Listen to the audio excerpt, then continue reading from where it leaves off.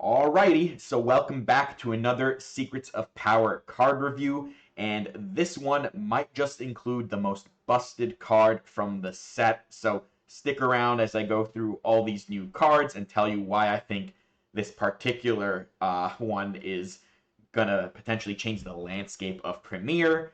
Before we get going, please hit that subscribe button, and if you're interested in some more content from me, including live deck updates, which will soon include Secrets of Power deck lists, do check out my Patreon as well.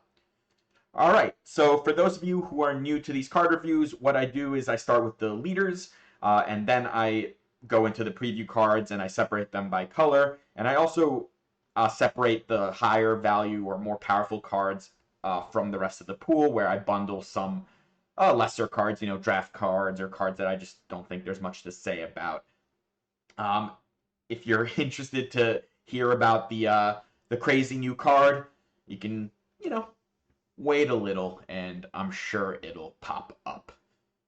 All right, let's start with the first new leader. This is Bale Organa. It's a 4-cost flip leader. He has an action that costs 1. It says if a friendly unit was defeated this phase, return a friendly resource to its owner's hand. If you do, put the top card of your deck into play as a resource. Basically, if a unit dies this turn, you can draw a card from your resource row, any of them, and then replace it with another resource. And remember, any new resources always come into play exhausted, so when you're using this, make sure that the one you're paying is the one that you want to draw back to your hand. But it's a pretty strong ability. I mean, it's stronger than most of these one-cost draw effects that we've seen in the past. We've seen them on like Cassian and Hunter, and there's a few others, including one in this set actually, the Chancellor, who draws plot cards, and they all generally cost 1. This one though is, I think, a little more powerful, at least more widely usable, because first of all, the restriction kind of happens with normal game flow, units dying, and the second thing is you actually kind of get to pick, right? Your resource row, that's a lot of card choice that you get to pick from. It's not just a random card from the top of your deck. You're going to be able to curate this. So I would say it's overall a plus ability. It is a little slow. Of course, it costs 1. So let's see what this guy does as a leader. Action, discard 2 cards from your hand, and you have to have 4 resources. Keep in mind, this is not an epic action. So this is the second leader in the game to Trench, Admiral Trench, that can deploy multiple times in one game, as long as you can pay the cost here. The cost is big, discard 2 cards from your hand, but is repeatable. It also does require you to exhaust this leader, which means if you use the draw ability, his action, to draw a card from your resource row, you can no longer flip him that turn. And of course, if you flip him and he dies, he will go back into play in your leader zone exhausted, which means you won't be able to use either of these abilities. So you kind of have to pick which one you're going to do. They do work a little bit in tandem, right? The first one is drawing you cards to fuel the ability to flip multiple times. Now, he flips into a 3/3. It's not a good stat line, right? He's a battlefield marine, but it's repeatable. He also has this very minor text that says when you play a card from your resources, heal 1 damage from your base. That's mostly going to work with plot, and that's the big thing with Bale Organa, is that he works very well with plot, because you can plot multiple times in a game. All the other leaders, except Trench, of course, just get that one shot at using plot, and then all those plot cards you've resourced are locked down. Bale is not like that. As long as you can pay this cost, which is 2, discard, pretty big cost, you can do this multiple times. And if you're playing plots, you're actually not playing cards from your hand, right? When you flip Bale and you plot, you're keeping your hand as is, minus the 2 cards you've discarded. So while the cost is a lot, being able to repeat all these plots mitigates it quite well, actually. I will say this leader is incredibly interesting. It's really hard for me to evaluate right now whether this can become like a top contender in Premier, but it is very interesting to build around. I think this is much more powerful than Admiral Trench. Admiral Trench's ability, first of all, him flipping on 6 was very, very weak, and also costing 3 resources meant he was incredibly tempo negative. What Bale does he flips for free, right? He doesn't cost resources to flip, which means he's not tempo negative, and you get to really dive into this plot mechanic as much as possible. And there are some really good ones, and we're hopefully going to get some more. But like the 4-cost Naboo ship, that's a 2/5 that buffs your leader when it's in play, is pretty solid with Bale. You can use a base that buffs Bale, so you can think about like Pow City, which gives him +1 health, or you know the red one from that cycle that draws a card whenever you flip. You can look at droid manufactory, so you can get droids every time you flip this leader. All kind of things that you can look to really capitalize on the fact that you're going to flip multiple times. You do need to figure out ways to keep your hand, healthy, because you're discarding 2 every time you do this flip. And you have his ability, you have plot, you could potentially include card draw. Another pretty strong mechanic here is actually Spark of Hope with this leader, because the downside of Spark of Hope is you don't know when you might be able to use it. When one of your units dies, you kind of have to hold this card in your hand. You have to hope maybe a unit dies and you have the opportunity to use it. With Bale, you can actually just resource that Spark of Hope, and then whenever a unit dies, if you think it's appropriate, you pay Bale's 1 resource, you put that Spark of Hope back into your hand with that draw, and then you can play it. You basically turned it into a resupply that drew you a card at any point in the game as long as a unit dies. And I think that's a pretty powerful mechanic to use with Bail Organa. There is some clunk here. The fact that you can't do both of his abilities on the same turn, right? You can't draw a card and then flip. That's a little tough. The fact that he's a 3/3 might just be a little too weak. But a lot to brew here and a very interesting leader, and I'm happy we're getting stuff like that. All right, let's go into another really interesting leader. And for those of you who checked out my video last week, I had spoilers that tied directly into DJ, and I did a pretty big deep dive on DJ, including a initial deck build with him. But I'll talk about him a bit here. He's a double yellow leader, so he's the first double aspected leader. That is a downside. It's not an upside because you're losing heroic or villainy as one of your aspects. You can't build around them. There's no base that gives those aspects. And most of the good cards in the game have either heroic and villainy. So simply put, yes, it's a downside. You do get to use these double yellow cards and then attach them to another color, red, green, blue, whatever it may be. But you're not getting a lot of the really good cards in the game. So let's see what he does. Action, choose a friendly unit. If you do play a unit from your hand, it costs 1 less. The chosen unit captures it. So your friendly units capture cards that you play from your hand, and you get a 1 resource reduction. This will work well with when played effects, so that you at least don't completely fall behind tempo when it happens. Things like Cantina Bounce or Mandalorian, of course, come to mind, right? It's an interesting mechanic there. You get a discount on them, but the unit gets captured, and then you need to find ways to potentially free them, right? Of course, trading units works. That frees them, but also you can do things like New Adventure, Jump to Lightspeed, Evacuate, which works really well with his flip, and we'll talk about that in a second. There are other ways to flip things too. Exploit, if you have Exploit in your deck. Geonosis Patrol Fighter, in fact, works pretty well. Exploit has an interesting mechanic here because you can actually exploit the unit that you're using to capture, which means it just free rolls it a little bit. You just, like Geonosis Patrol Fighter, you can exploit a unit, make it cost 3, and then use DJ's action as well, make it cost 2, and then the unit doesn't actually end up captured by anything because it eats the unit that was doing the capturing. So that's a strong mechanic. Now, most of the good exploit cards are in Heroic and Villainy. There aren't a ton of good exploit cards in general, but it might be something you look to splash in the deck. It also works well with the Lando Legendary and, of course, Libertine, which is a card we'll review in a moment. It was from this week's spoilers. It was one of my spoiler cards. Now, the unit itself, when he flips, he's a 6-flip, 4/6 Saboteur. So, again, always going to criticize. 6 health on a 6 deploy. It's not acceptable for the most part. I'm kind of tired of seeing 6-flip leaders have stats that we are giving to 5-flip leaders, right? 4/6 is a 5-flip leader's stat line. I think we really need to do a better job at just making 6-cost leaders have stats that accommodate the fact that they flip later.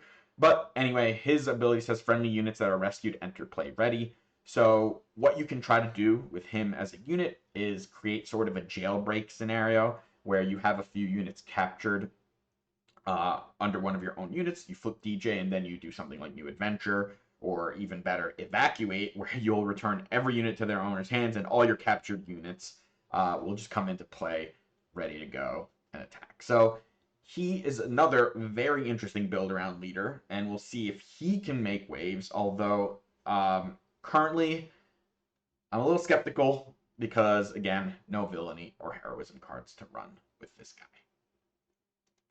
And the last new leader from this cycle is Lamasu, and he is Vigilance Villainy leader. He has an action that says play an upgrade from your hand on a friendly non-vehicle unit. It costs 1 less if you do deal 1 damage to that unit. So it's another leader that cheats resources. Here it's only for upgrades. You do have to also deal 1 damage to one of your units. That can be upside. It's mostly downside, but it can be upside on some units. And it is a 6 flip 3/7, so man, can we stop getting leaders with stats that are equivalent to 5 cost leaders? I just said it with DJ, right? He's a 4/6 for 6. Here we've got a 3/7 for 6. 3/7 is kind of the premier stat line for a 5, the premium stat line, I should say, for a 5 cost leader, and it is not the premium stat line for a 6 cost leader. It's really unfortunate. It's going to probably make this leader not premier worthy, but you know, he has a solid ability. It says when this unit completes an attack and survives, you may play an upgrade from your discard pile on a friendly non-vehicle unit. It costs 1 less, so it has to come from your discard pile once the unit is in play. It also has to complete the attack, so you can attack with this, and you can attach the upgrade to Lamasu, but it's only after he finishes his attack, so he doesn't get the benefit of the upgrade on that attack. That's a little unfortunate. I much would have rather seen this just be an on-attack ability so that you can, you know, get the benefit, right? You Craving Power. And Craving Power might be one of the better upgrades in general to play with this leader because you can play it for 4 on its leader side, and that's pretty strong. And there's a decent amount of good upgrades. I think this is an interesting build around. My issue here is the stats on the leader being a 6. You know, this has the same stats as Talzin in the same colors. It also is in the same color as Kylo, who is another upgrade build around leader in villain Vigilance. So I think this likely won't make it as like a top tier thing, but we have to see like what upgrades we get. There's a couple in this preview session that are decently powerful and work kind of well with Lamasu, so we'll have to kind of wait and see. All right, let's start with Vigilance. So here we've got a plot card, 1 in a million. It costs 1. Vigilance Heroism. It says this card can't be played from your hand, so you can never play this from your hand. It's like only a plot card. Or, you know, there's some random things that you play cards from the top of your deck, but for the most part, yes, this is just a plot card. It says defeat a unit with power and remaining HP, both equal to the number of ready resources you control. So if you pay the 1 for this once you plot and you have like 4 readied resources, you can kill a 4/4. If you have 5 readied resources, you can kill a 5/5. They have to both be equal. It's not like equal to or less than. The power and the health of the unit you're killing have to be the same. So you can never kill anything that has more power than health or more health than power. You can only kill 2/2s, 3/3s, 4/4s, etc. And it has to also match the number of resources. You have a little bit of flexibility now because, of course, with plot, you know, you can, if they have a 2/2 that you need to kill, you can like plot a different card first and then plot 1 in a million and make sure you only have like 2 resources left. Or if they have like an expensive card, you do 1 in a million, you plot that one first and then you plot your next card. But overall, this is incredibly situational. It has a lot of, technically it's a lot of upside because 1 cost, like, yeah, it can kill like an Avenger. If you plot on 9 resources and like you pay the 1 for this and you can kill an Avenger. Now, that's not going to happen for most leaders, right? This one seems mostly bulk, except with Bail Organa, actually. I think because Bail lets you repeat plot over and over throughout the game, which means there's a chance you would use this early in the game to kill like a 3/3 or 4/4, but there's also a chance late in the game, like when on 10, 11 resources and the game is going really long, you can still flip that Bale and use that 1 in a million to kill a really large unit potentially. So there is some cool upside with Bale and 1 in a million.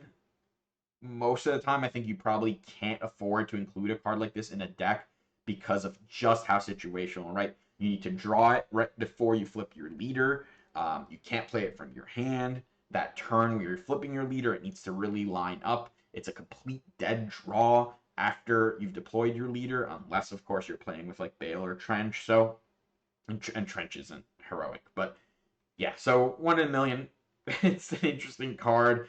It's another one of those cards where I'm like, I feel like one too many levers might have just been pulled on this, but maybe not. Maybe there's so much upside to this, and we'll see it played a lot.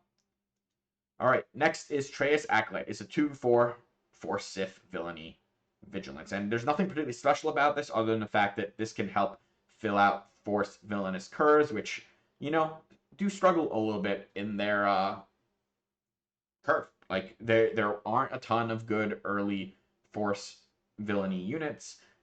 So here's another one. It's way worse than Karis, like way worse than Karis, but it still has a 2/4 stat line, which is fine. The Sith trait, it's not going to really do much. Remember, always 2 only works with unique units, so there's not a ton to capitalize there. Darth Scion. Only going to talk about this briefly. This is a legendary. It's not a good one, unfortunately, and there are quite a few legendaries in this card review, but they're mostly not good. One of them is going to be good, and here's another one. 5-cost Vigilance Villainy. It's a 5/5/4 Sith. It says, when played, give an experience token to this unit for each enemy unit that was defeated this phase. When defeated, if this unit has 7 or more power, return it to its owner's hand.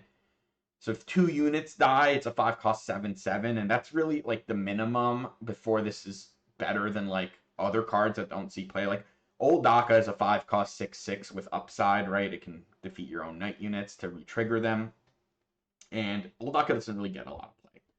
This isn't going to be even as good as Old Daka when it gets that 1 experience. It needs the second, so 2 units need to die first. It's still a do-nothing. It's still just a 5-cost do-nothing when it comes into play. I get that it has this like return to hand synergy, but I don't think this guy is gonna be better than like Old Daka or even Kiadi Mundi, the 5-cost 5/7. It's just too situational, and even when it goes off and like a couple units die and you somehow like didn't have to spend any resources and you can play this, it still doesn't spark that much joy for me.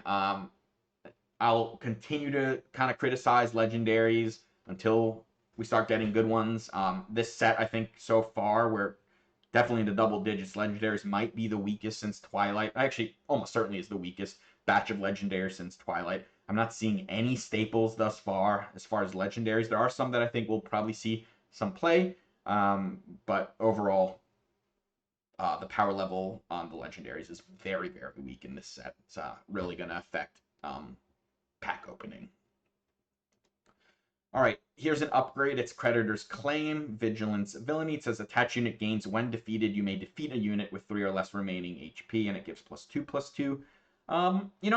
When this costs 2 with the new leader, I actually think this could be decent. For 3, because your opponent can still game their board a little bit, make sure that like whatever kills this maybe just trades, and then there's no target for this when defeated effect. It definitely lowers its value, but as a 2-cost upgrade, I think this could be decent. And here's a really interesting upgrade. 1-cost Nimble Prowess, just in Vigilance. It gives +1/+1. You can go on vehicles, by the way, and it says, when played, you may exhaust a unit in the attached unit's arena. That's pretty good. Honestly, this seems kind of innocuous, but 1 cost to exhaust a unit and buff a unit, even though it's a small amount, it could be worth it. I get it. Remember, cards like this, they still cost a card, right? No matter how cheap a card is, it's still like a card that you have to play from your hand. So It can be a little tricky sometimes to fit things like this in decks just because, uh, you know, it's taking up valuable space in your hand to have a card with a very minimal impact. But this can actually have a pretty big impact sometimes, and I wouldn't sleep on this one. Seems like it could, at some point, be pretty useful. All right, and here's the more bulky stuff. So we got Defense Fleet X-Wing. It's a 1/4 for 3 that has Sentinel in space. It's just like a way worse Concord Dawn. It's not very good. We have a double blue card, Exile from the Force. It gives +0/+0 as an upgrade. It says attached unit loses the Force trait and all abilities except for Grit, and then it gives the unit Grit. I don't get this card. I don't think one cost to give a unit Grit is particularly good. And on top of that, this is also removing all other abilities from the unit. So, like, it could be interesting to put this on, like, a leader maybe. But then, like, your leader loses all their normal abilities. So, doesn't seem very good. Disciples Devotion's another upgrade, +1/+3, and Sentinel for 3. Think it's too expensive. Actually, it's only Sentinel when the attached unit is exhausted, so it's even worse than just giving Sentinel. We've got a 2-cost Lost Jedi. He's a 1/3 Force Jedi with Grit. 3 health on a Grit unit for 2 is not good enough. And then Zam Wessel is a 2-cost Vigilance Villainy. It's a 1/5 Underworld Bounty Hunter. It says while this unit is upgraded, she gains Grit. So you need to upgrade it before the Grit even happens. This is supposed to be like a pretty direct synergy with Lamasu because Lamasu, you play a cheap upgrade on this and then it also deals 1 damage. So that Grit kind of gets activated with that. But, you know, this isn't good with Kira because, you know, it just turns it into like a 3-cost 3/3 shielded unit, which is just a card that exists in the game. And it would also lose the power whenever that shield falls off. So there's no synergy there. There's no synergy with like self-pinging leaders because again, this only gets the Grit when it's upgraded. So overall, not a great card. All right, so let's hop into the command review. The first up is Crucible, 6-cost command unit, 5/5 space vehicle, Jedi, transport. When played and when defeated, give an experience token to each other friendly unit. All right, that could potentially do some stuff. That's a lot of experience sometimes. It is certainly not a do nothing when it comes into play as a 6-cost. It's a little understated, but big chunky space vehicle that also pumps a couple units. You know, how many experience tokens does this have to give before we're happy? I think minimum 2. So it's gonna be needed. Like, it's going to be used in decks that try to swarm the board, I think. And it looks like that might actually be a supported strategy in this set.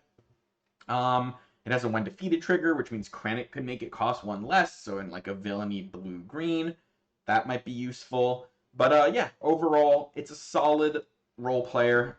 We'll see if there's a deck archetype that supports this kind of strategy. We also have Orn Free Ta, 2-cost command unit. It's a 0/4 Republic Twilight official. It says this unit gets +1/+0 for each law card in your discard pile. So the first time I think we see law as a call out.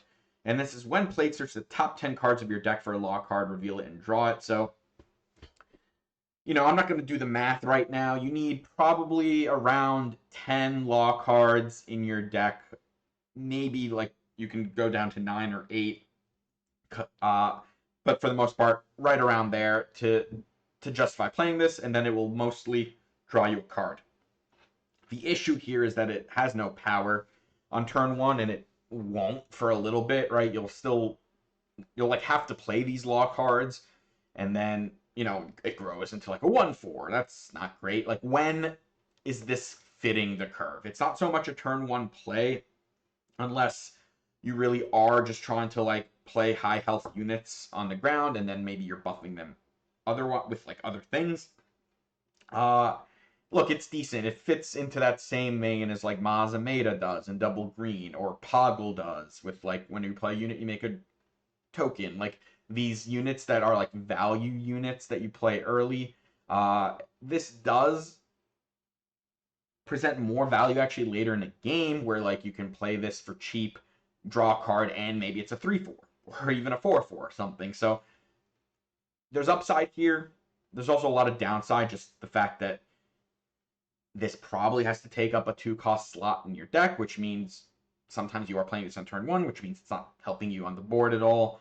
And of course, I didn't look through all the law cards yet. I have to see if they make sense in a shell like this anyway.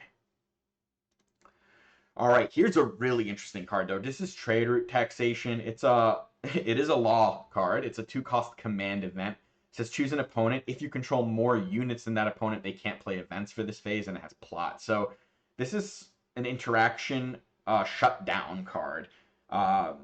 Especially for leaders that need to like do something to turn you play them, and you don't want to risk them getting removed, blocked by a Rival's Fall, No Good to Me Dead, Bamboozle for pilots, whatever it may be. This is going to block interaction as long as you have more units than your opponent, of course. It can be quite good against like card control as well, where basically every card in their deck is an event, so you might just make them miss a whole turn. There's a card later in this preview in Cunning called The Wrong Ride, which is also kind of an anti-interaction card. I think it's a little better than Trade Route Taxation, but it's in yellow, and not every deck is going to be playing yellow. And this is certainly an acceptable card to use in some decks. And it could even be like a sideboard thing where you play it against control decks to try to like minimize their ability to one-shot your leader, of course, or later in the game for like Super Laser Blast. You can play this card out of your hand too, so it's not just a plot, but very interesting kind of anti-interactive card. All right, here's some of the more bulk cards. Feed Security is a 2-cost, 2/3 in command heroism. It says when played, if an opponent controls an upgrade, give an experience token to a unit. Now, I really want to caution you on being like, oh, this is good against like the crafty smugglers of the world, right? The 2/2 shielded units that are played on turn 1. Not really. Like, sure, you get a 3/4, but first of all, it still trades even with that 2/2 shielded unit. Second of all, what's the big upside here? It's not that big a deal anyway. You have to think about what the downside is. And the downside is your opponent doesn't play a shielded unit or doesn't have an upgrade. And now your deck is full of really bad cards, right? We're not in the market of like sideboard teching or like teching our decks to beat like Secretive Sage. That's not like the card we're targeting. It's nice when incidentally we can get some value against those cards. In fact, there is like that Probe Droid, the 2/3 in aggression that blows up an upgrade when it comes into play. Like, that's much better against those 2/2 shielded units. It's still not a card that's played very often, but Feed Security felt like I had to kind of explain why a card that maybe reads like it could be pretty decent is probably just not worth deck space. Here's Jesselyn Commandos. It's a 4/5 ambush for 5 with plot. This card's going to be very, very good in draft. It's probably a little too weak even with the plot in constructed. 4/5 ambush on 5 is just a little too below rate, but the plot, it could prove to be decent. Here's Director Krennic, one of the most disappointing legendaries we've seen to date. Continues the trend of legendaries that aren't good and don't make you want to open packs. He's a 9-cost command villainy, 8/10 Sentinel. Says when this unit is attacked, discard a card from your deck. If it's a unit, you may return it to your hand. So it doesn't even draw you a card when it's attacked. It sometimes draws you a card, only if it's a unit. He's an 8/10 for 9 with Sentinel. It's just, compare this to the 9 drops we've seen, like Freight Dragon, Avenger. Like, what are we doing with this? All right, here's Cruel Commandos, 5-cost command villainy. It's a 5/5 Sentinel Overwhelm. It's actually not terrible. 5/5 Sentinel for 5. It's all right. All right, you ready for it? So this is the card that I think right now is easily the best card we've seen in Secrets of Power. I would not be surprised if by the end of spoiler season, it will just be the best card in the set. This is Cinta. This is a 6-cost, 5/5 aggression unit. It says when played, you may attack with a unit, and it has plot. This is a game changer, a wild game changer. This is an incredibly powerful effect to put on a plot unit. I had, let's say, a lot of conversations before this card was revealed with a lot of people talking about the power level of the set in general and how, I thought it was weak overall. But even though I thought it was weak, I kept saying, there's one thing I don't think they should do, and that's put a card with plot that lets you attack with your leader instantly. And well, we got it. This is the card. Now it costs 6. It's not as cheap as something like a Hot Shot Blaster style effect, like a cheap upgrade that would have let you do it, but you still can do it. And this removes a ton of counter strategy to leaders in the game, and it pushes a certain subsect of them into extreme game like polarizing game states, namely the pilots that flip on 6. So things like Luke and Boba, Vader if it chooses to play in red. Think about it, right? The biggest downside of a pilot leader is that you have to all in onto one unit. If it gets interacted with like a bamboozle or a rival's fall, no good to me dead, perilous position, removed however it may be, you not only lose your leader, you also lose the unit that it was on. You don't get to attack with the unit that was on. It's a huge risk. It's kind of the whole safety valve of pilots in general, and this immediately removes that whole dynamic in the game. It just lets you attack instantly with those pilots. You get like an 8 damage attack instantly, because that's often the power of whatever is getting piloted. This is an insane amount of action cheating. You have to actually realize this is not even cheating 1 action, it's cheating 2. So normally it would take 3 actions to accomplish what Cinta does, right? It's flip your leader, that's 1 action, attack with it, that's 2 actions, then play a card. Like, let's say you play a 6-drop. That would be the 3rd action. This does all of that in one, right? You flip your leader, you attack with your leader, and you play a 6-drop all in 1 action. It compresses the game incredibly quickly, and even though, yes, this is a little understated for a 6-drop, it's still presenting a real threat on the board. So now your opponent just took an absurd amount of damage from the leader. There's now a giant leader in play, plus a 5/5, and almost certainly the opponent is going to have initiative too, because they just did 3 actions for 1 and can just do, flip the leader, attack, Cinta, claim, right? They did 1 action, they can claim, and then go into that next turn either with that leader ready to attack again, or maybe Cinta ready to attack for even more absurd amount of damage. So removes tons of counterplay. This is an incredibly scary card. It's not even just pilots. Think about like Anakin too. Anakin is another one of these leaders that is sort of like a pilot, right? He flips and he often has like 7, 8 power. And a lot of these pilot leaders or Anakin win a lot of games just by like flipping, attacking, claiming, attacking. Like the double, like that giant leader getting 2 attacks is often enough to just close out games. This makes it so much easier to do that. It removes so much counterplay from the game. And this is a very, very scary card to have been printed. This is the kind of card I would not be surprised if at some point gets suspended. Like I'm not going to be like, I'm not a hyperbolic person in general. I don't like get super like, I don't predict tons of these things in general. I like to mostly like be mellow and wait to see what will happen. I think there's a chance though. Like this, I do think there's a chance at some point this card won't be legal in Premier because of how incredibly pushed this effect is on leaders, and it's going to occupy the same standard cycle that pilots do for the rest of time, and that is even a scarier proposition, right? Think about Luke with this. Luke also gets its really powerful on attack trigger. Really, if you're into those leaders and if you like want games to just kind of end on like that 6 to 7 resource dynamic, then this is the card for you.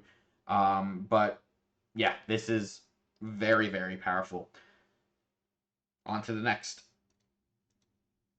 All right, interestingly enough, this card actually has a lot of synergy with Cinta, but this is Aggressive Negotiations. It's an event that costs 3. It says attack with a unit. For this attack, it gets +1/+0 for each card in your hand. So it's another one of these pumps.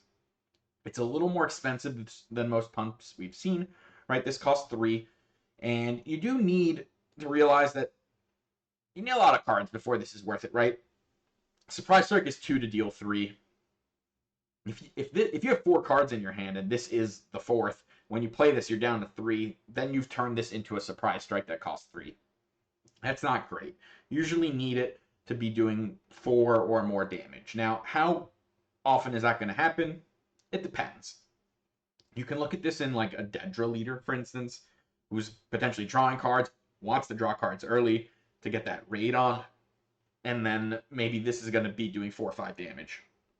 But another important part of this set is plot.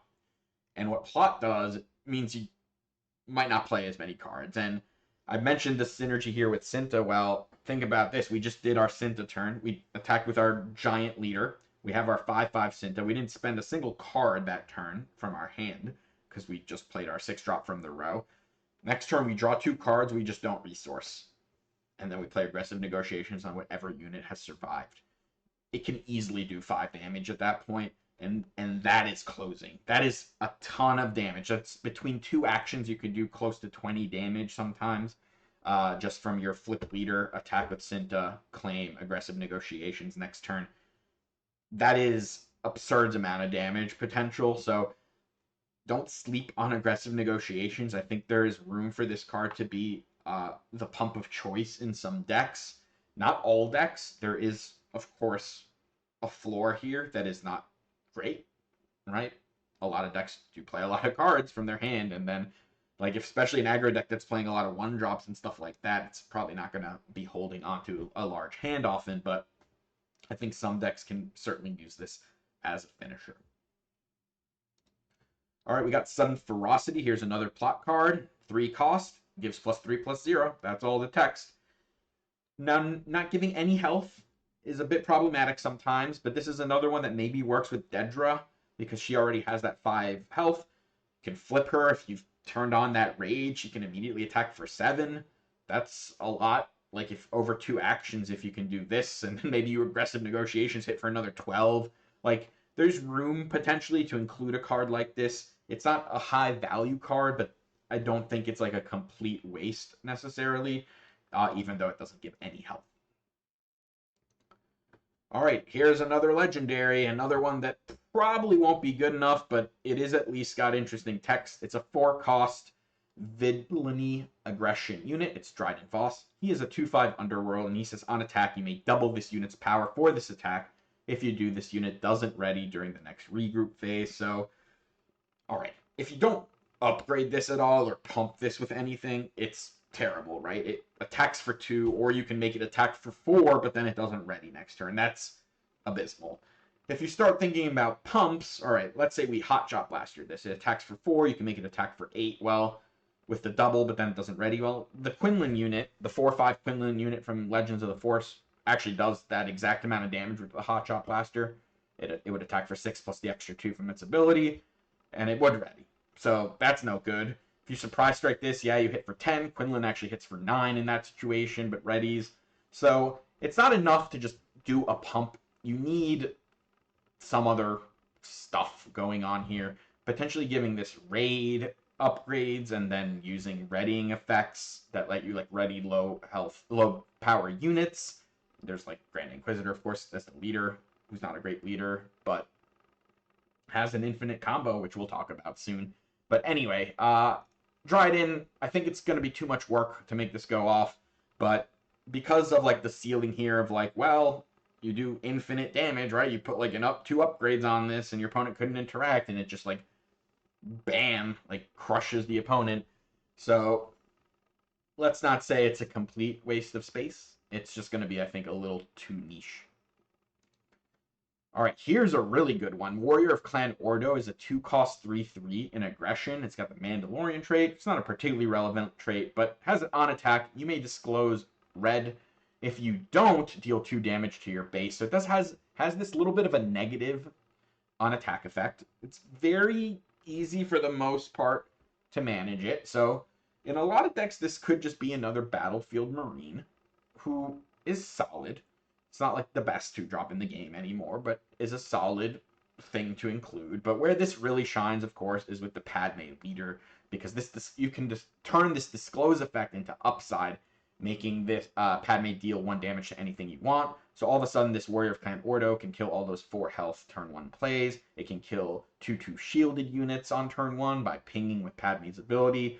You've just turned this Battlefield Marine into like a Battlefield Marine that's merged with the Sabine unit, and that Sabine unit can fire her 1 damage anywhere she wants instead of what she's attacking. Yeah, Warrior Clan Ordo is an absolute staple for the Padme leader. I think it could potentially see some play outside of that just because it's a 2-cost 3/3, and some decks would just be in the market for something like that.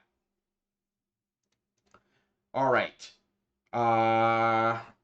Here's Zitan Maj. I don't know. Something like that. It's a 4-cost 4/5 Underworld. Says when you take the initiative, deal 2 damage to a base. It's an interesting effect. We haven't seen a lot of things that trigger when you take initiative. We've seen things that happen when you have initiative. But, you know, he's got kind of on rate-ish stats for a 4-cost. He, of course, doesn't do anything when you play him, so it's a little slow. He's got Underworld trait, so Cat Bane can look at this as kind of a 4-drop option if it wants to replace any of the ones it currently has.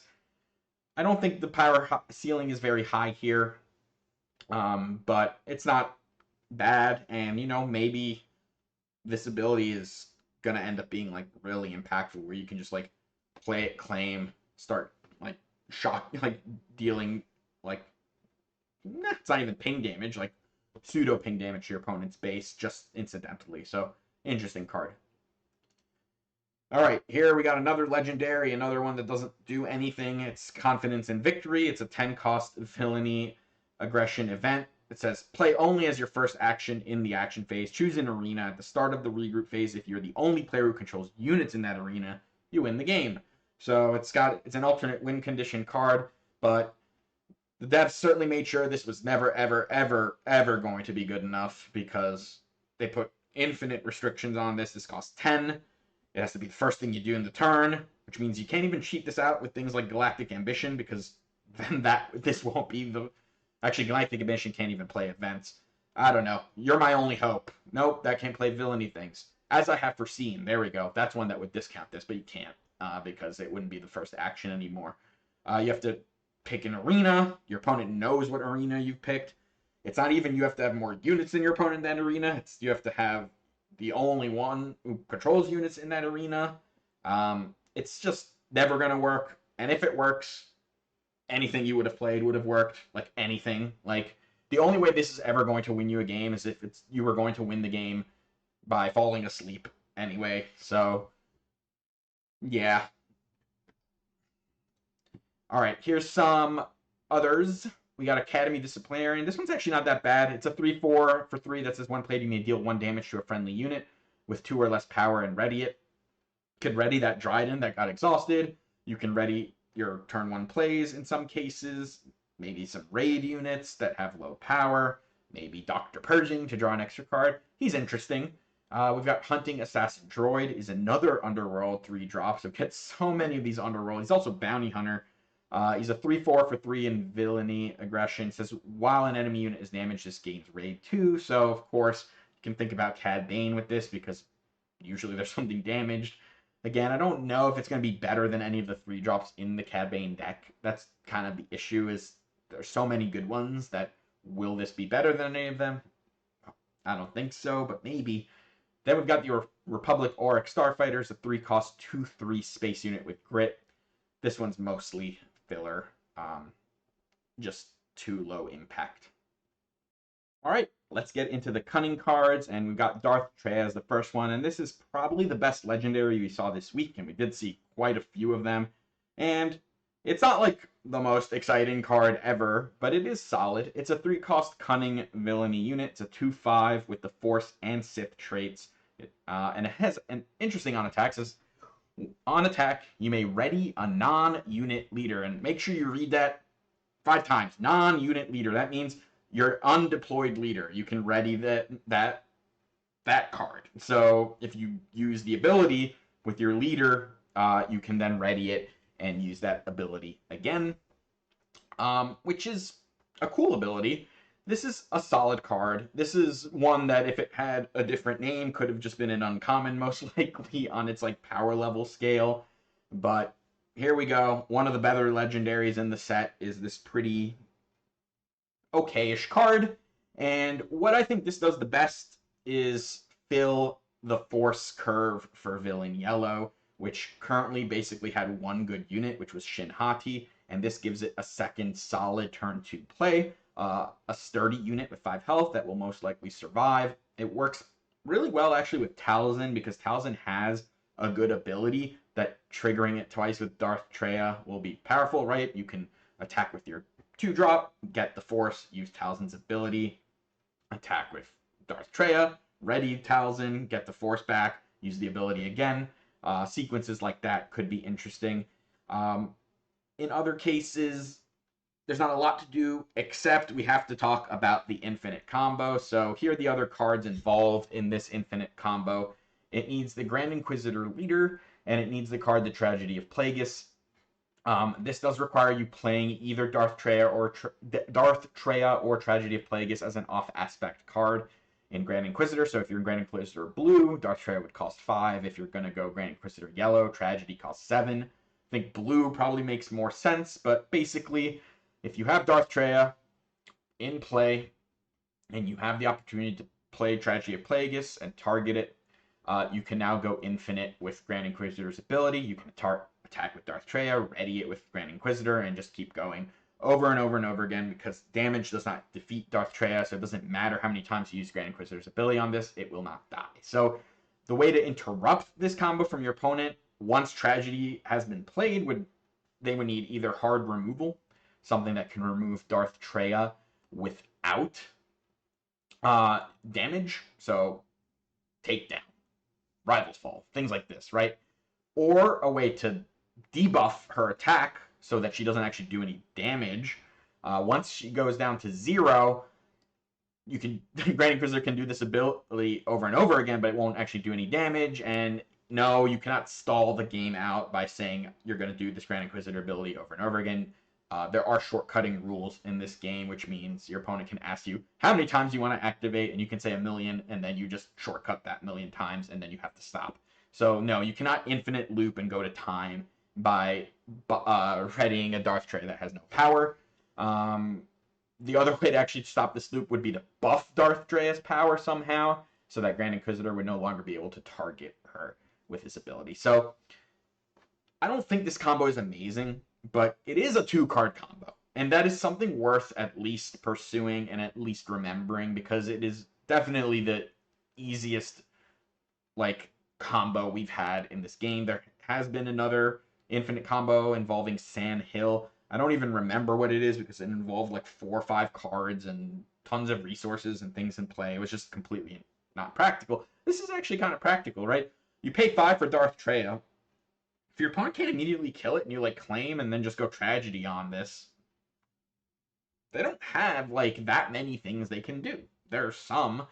Most decks probably have something they can do about this, but it's as an alternate win con potentially in a deck like this, it's interesting. Now, Grand Inquisitor is not a very powerful leader, unfortunately, so being forced into that leader just to run this combo might not be good, but I felt it appropriate to call this out. I'm sure you've seen this combo all over the internet ever since this card has been released, so just thought I'd kind of give you the explanation here.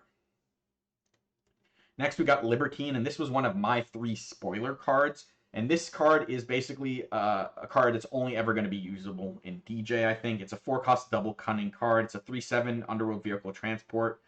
And it says the unit gets +1/+0 for each captured card it's guarding. So, of course, if you use DJ's ability to put cards under this, this will start to get bigger. It also has a weird one played. It has a very similar one played to the Lando Calrissian legendary that we talked about previously. And the reason I mentioned it, Lando with DJ earlier, and didn't explain it, was because I was going to explain it with Libertine. But basically, this says when played, choose an enemy unit and a non-leader friendly unit. The enemy unit captures the friendly unit. So what you can do on turn 2 is play Libertine for 3, put it under one of your units. One of your units captures Libertine, right? And then the when played goes off. The enemy will then capture the unit that's capturing Libertine, and it will release Libertine. So you essentially get to bypass the the capture effect. You just get this into play, and then your opponent would capture the other unit, and then you would work on releasing your unit from them. This works the same way with Lando. Lando has a when played that you can say gain 6 health, and then your opponent captures one of your units. So you put Lando under something, you get the 6 health, you tell them to capture the unit that's capturing Lando, and bam, you've released your Lando. You've essentially turned Lando Calrissian into a 6 cost with the exact same text. So that's pretty powerful. But yeah, Libertine is really good in DJ. It's probably not going to do anything else in any other deck. Next, we have the Wrong Ride, another one of my preview cards, and one that I mentioned when I spoke about trade route taxation. But this is a 3-cost event that says exhaust 2 enemy resources, and it has plot. Yeah, this is another anti-interaction tool. I think it's a pretty powerful plot effect. It's, you're the one that's down a resource in this transaction. You're paying 3 for this card. Your opponent's only getting 2 exhausted, but you are the one in control of when to do this. You're the one that's hopefully ahead on board where you can afford to do something like this and try to brick your opponent's turn. Even on turn 2, you could theoretically do this and most likely make your opponent skip their whole turn unless they're playing 1-drops.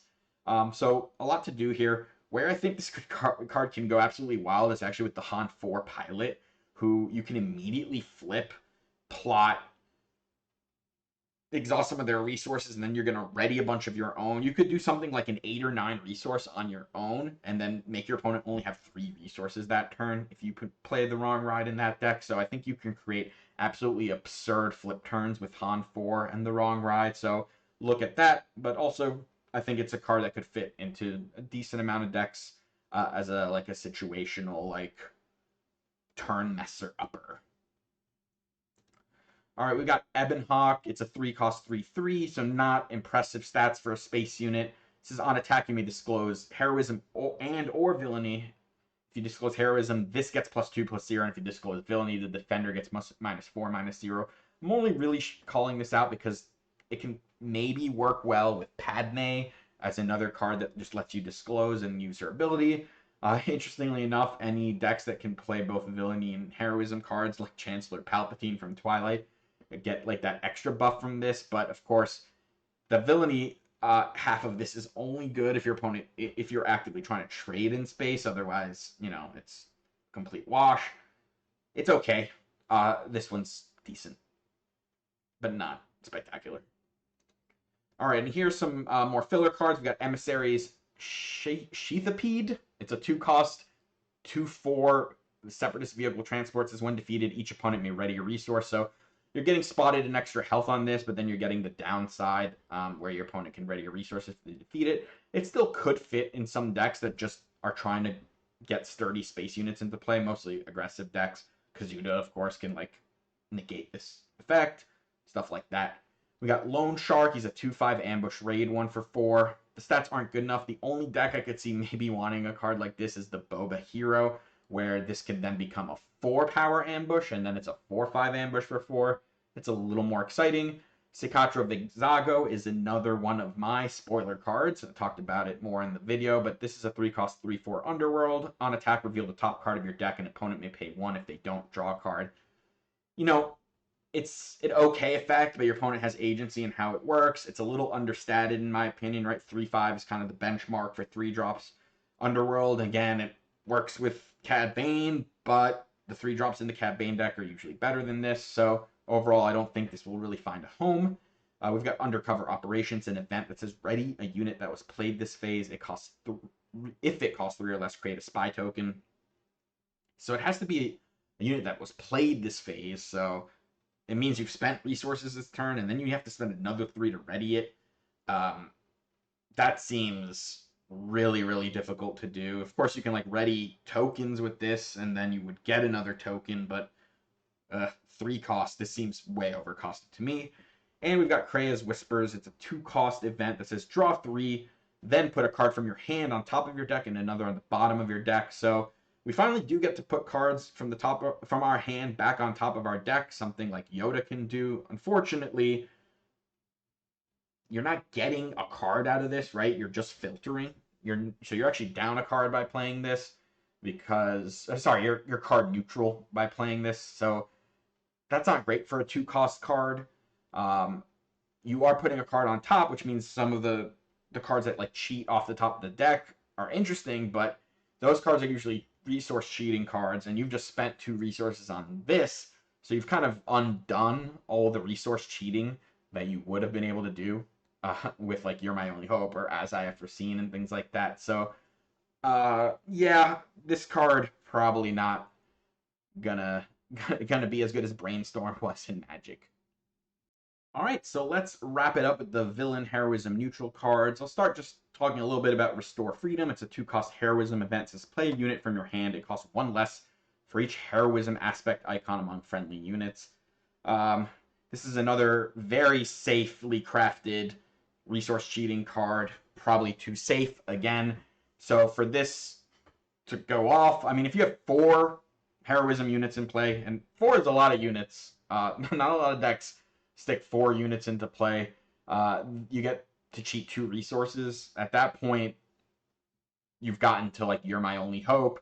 Now there are 2 of them territory, but you have way more restrictions than those cards in their respective decks, right? So yes, this can scale higher than that. 5, 6, 7. I mean, how many units do you have to have in play? Realistically, where you're not winning the game anyway. Now, maybe you're going to get more support for flood-based heroism decks. I've heard Akbar tossed around with this because he does make heroism tokens with his ability, but I don't know. Like, this just seems way too finicky, kind of too cute, in my opinion. Uh, by the time this will go off, it's going to be later in the game anyway. You could probably just play whatever it is you want it to play. Yeah. Don't forget that cards like this, they also cost you. You're like 2-for-1ing yourself, right? By doing this because it's playing it from your hand. Same way it's like now there are 2 of them. So yeah, it's, you know, the ceiling's there because I can make something cost 10 less or whatever, but I think it's going to have a hard time finding home. And then we've got 4 more cards to review. We've got Covert Operative. It's a 2/4 Rebel for 4, and Heroism says when played, this unit captures an enemy non-leader unit that costs 2 or less.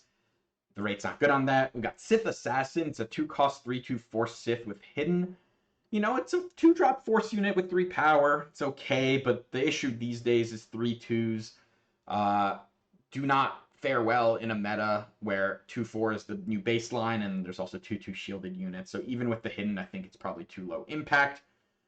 We have another bulk legendary here. It's Darth Nihilus. It's 7-cost villainy 6/6. It says when played and on attack, deal 3 damage to the unit with the least remaining HP among other units. If it's a non-vehicle unit, give an experience token to this unit. I just want to say, if all of this said was when played on attack, deal 3 damage to any unit of your choice, it still wouldn't be good.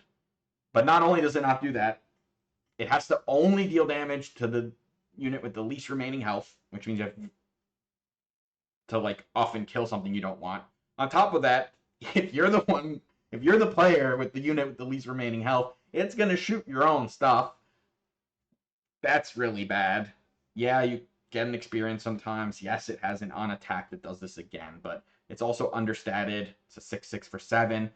We're seeing 5 costs with 6/6 stat line. So yeah, another legendary that should not have been. And then we have Evil is Everywhere. It's a 3-cost villainy event. It says defeat a unit with cost equal to or less than the number of villainy aspect icons among friendly units. So this is actually similar to the heroism, right? It's counting villainy aspects to get an effect instead of heroism. Here it defeats something with cost. So, you know, you have 4 villainy units, you can defeat something with that costs 4 or less. There's like one deck currently in existence that floods the board, sort of, and that's the Vader deck that makes ties and stuff. And even then, like, when does this get good? Like, 3 cost to kill a 4 is decent if you have 4 units, but it's not even like game breaking there. You would need probably like 6, 7 units before this actually becomes game breaking, where it's like one-shotting leaders and stuff like that. So, yeah, overall, I don't think it's that great. That's what I got for you. This was a big week of previews. We had a lot of cards. There was like a stream. There was a whole article that released all the Legends cards that we saw, including a lot of legendaries. We've got a new win condition card. We got probably the best card in the set in Cinta. So let me know what you think so far. And until next time, take care.